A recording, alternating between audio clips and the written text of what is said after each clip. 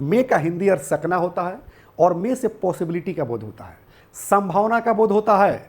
और मे पर आज हम लोग पैसिव वॉइस पढ़ेंगे हिंदी मीडियम से, ताकि हम लोग नॉन स्टॉप इंग्लिश में बात कर सके। मे का हिंदी अर्थ क्या होता है बाबू? सकना।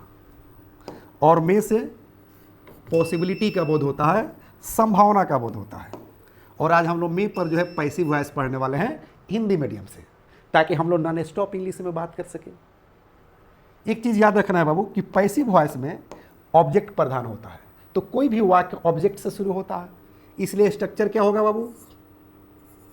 सबसे पहले ऑब्जेक्ट, उसके बाद में नोट की आवश्यकता होगी तो नोट लिखेंगे, नहीं आवश्यकता होगी नहीं लिखेंगे, plus B plus V3 plus OW, यानी कि अदर वर्ड्स, कुछ भी आ सकता है।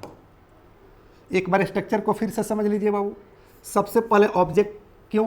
क्योंकि पैसिव वॉइस में ऑब्जेक्ट प्रधान होता है। उसके बाद में नोट की आवश्यकता होगी तो नोट लिखेंगे, नहीं आवश्यकता होगी नहीं लिखेंगे। उसके बाद बी लिखेंगे, V3 लिखेंगे और OW, यानी कि अदर वर्ड्स।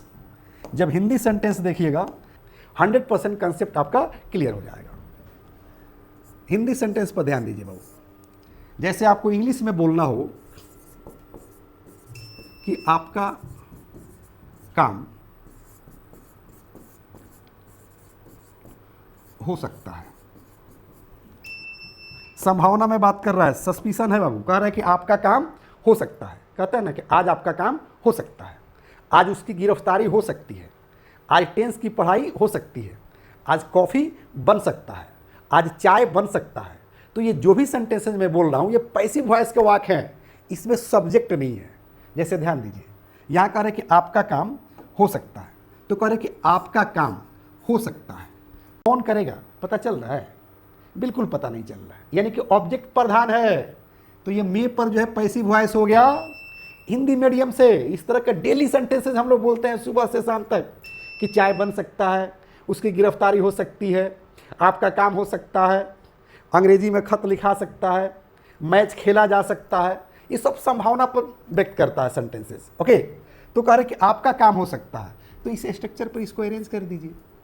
सबसे पहले ऑब्जेक्ट का चुनाव कीजिए, क्योंकि स्ट्रक्चर ऑब्जेक्ट कह रहा है, तो कह रहे कि आपका काम, तो आपका काम ऑब्जेक्ट है बाबू, तो क्या कहेंगे बाबू?